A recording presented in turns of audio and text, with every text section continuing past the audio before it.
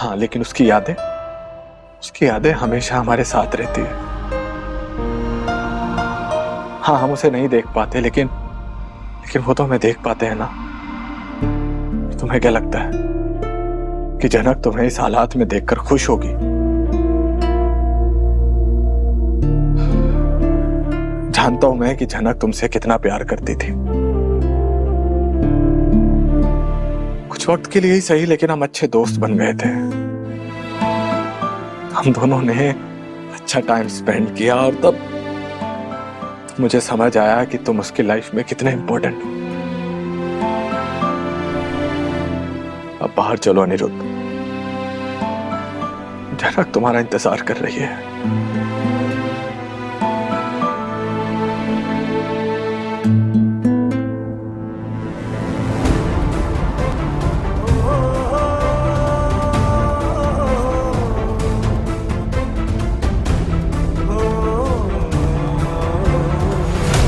लड़की का नाम और गोत्र बताइए।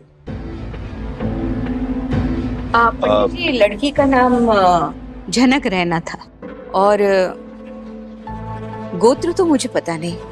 एक मिनट, मैं मामा जी को कॉल करके पूछती हूँ। कोई जरूरत नहीं है।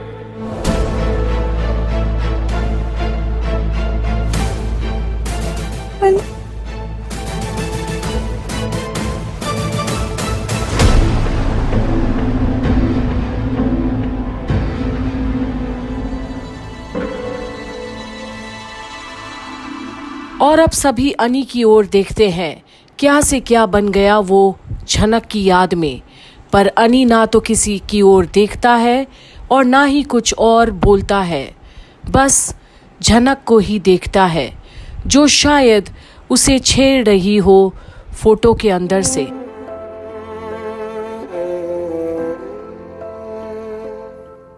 पास आए दूरियां फिर भी कम ना हुई,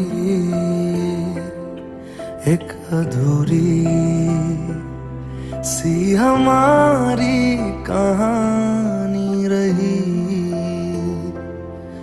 आसमां को ज़मीन ये जरूरी नहीं, जा मिले जा मिले। इश्क सच्चा वही जिसको मिलती नहीं मंजिलें मंजिलें। रंग थे नूर था जब करीब तू था, एक जन्नत सा था ये जहां। वक्त की रेत पे कुछ मेरे नाम सा लिख के छोड़ गया, तू कहाँ?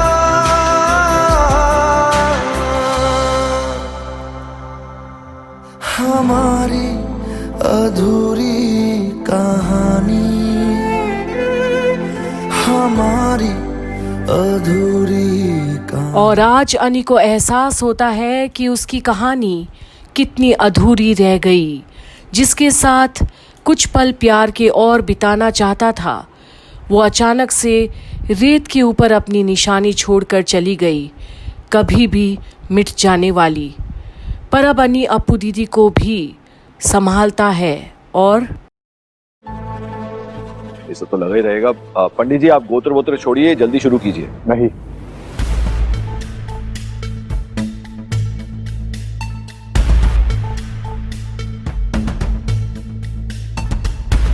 तुम्हें इसका गोत्र मालूम है? पर अनी इस वक्त किसी से भी बात नहीं करना चाहता। उसे सिर्फ झनक दिखाई दे रही है। उसकी महक, उसकी मुस्कुराहट, उसकी अदाएं, सब कुछ याद है अनी को, क्योंकि झनक उसे छोड़कर जा ही नहीं सकती। खुशबुओं से तेरी यूं ही टकरा गए, चलते चलते देखो ना हम कहाँ आ गए।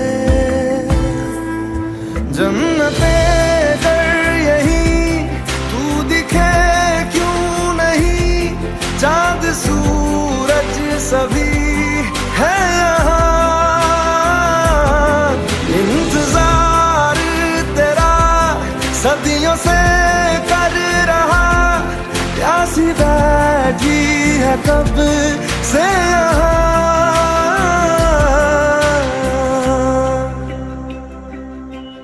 हमारी अधूरी कहानी, हमारी अधूरी कहानी। और बस अनी एक टक सिर्फ अपनी झनक को देखता है, उसकी अधूरी कहानी को याद करता है। गोत्र गौतम।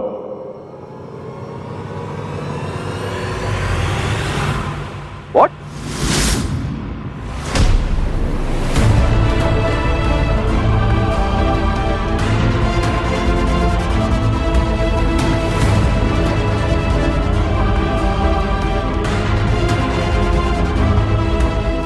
क्या कहा?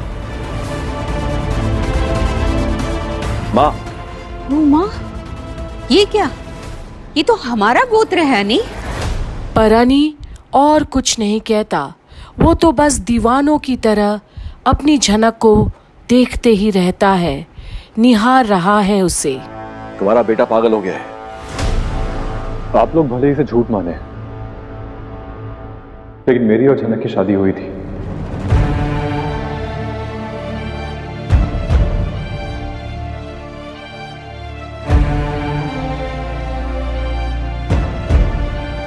और आज झनक का श्राद्ध है।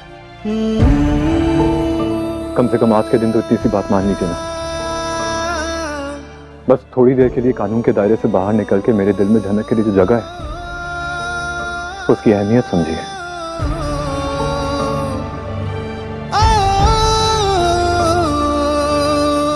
पंडित जी, शुरू कीजिए।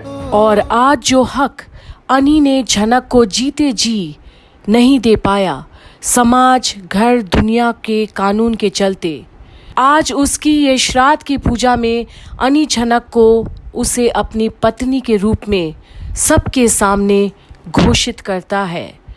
और आज कोई नहीं उसे टोकने या रोकने वाला, क्योंकि अनी के लिए आज तक का सबसे बड़ा सच यही रहा है, पर जो जुबान पर नहीं ला पाया पहले किसी के भी सामने, यही तो सच है।